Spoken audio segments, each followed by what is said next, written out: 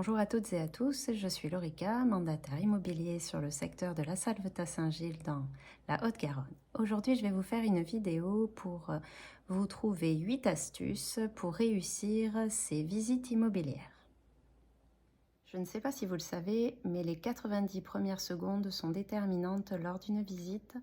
Cela va permettre au futur acheteur de se donner une idée générale du bien qu'il va visiter. La première astuce sera donc la mise en valeur de votre bien avant les visites.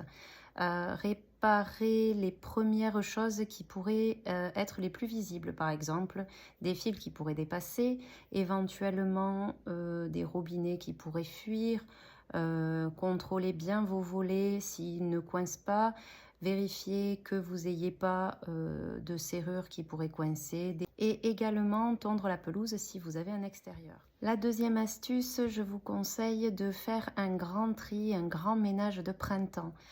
Essayez de désengorger le maximum les pièces pour que les futurs acheteurs puissent se sentir éventuellement chez eux. Nettoyez au maximum la maison, faites les vitres, nettoyez les recoins.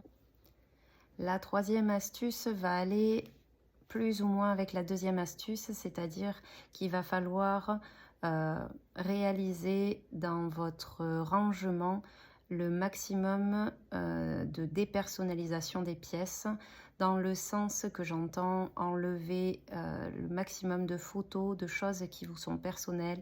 Le but de ces astuces n'est pas d'enlever l'âme de votre maison, mais bien de dépersonnaliser au maximum pour permettre une projection avec une décoration la plus neutre possible pour les futurs acheteurs, donc de mettre votre bien sous son meilleur jour.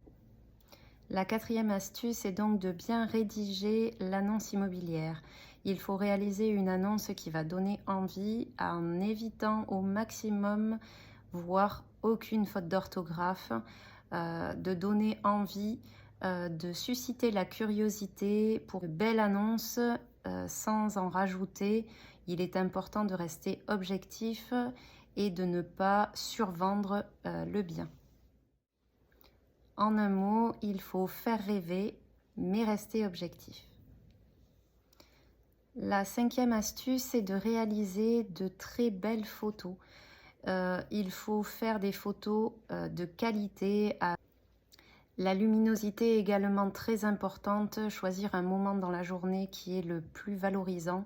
Les visites vidéo sont particulièrement appréciées des futurs acheteurs en amont et en avant-première d'une visite réelle.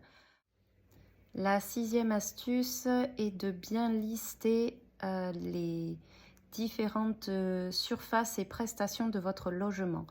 J'entends la surface habitable, la surface du terrain, la surface carrez pour les copropriétés. Également, il est important de bien noter dans votre annonce immobilière les diagnostics de performance énergétique et gaz à effet de serre qui sont obligatoires, le nombre de pièces, le nombre de chambres, présenter les prestations, les équipements, la qualité des typologies de matériaux par exemple utilisés, possibilité de noter s'il y a des travaux ou des aménagements possibles.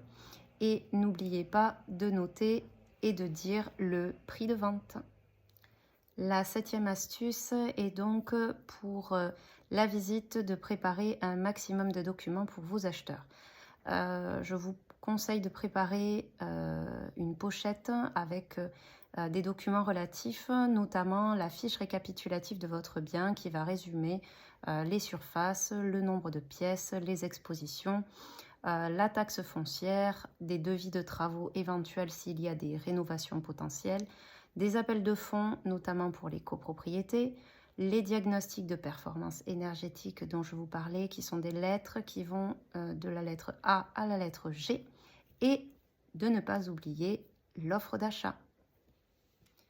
La huitième et dernière astuce que je vous conseille, c'est de vous déterminer un sens de trajet dans votre visite immobilière et gardez surtout le meilleur pour la fin. Restez dans une suite logique pour permettre de rester sur une note positive.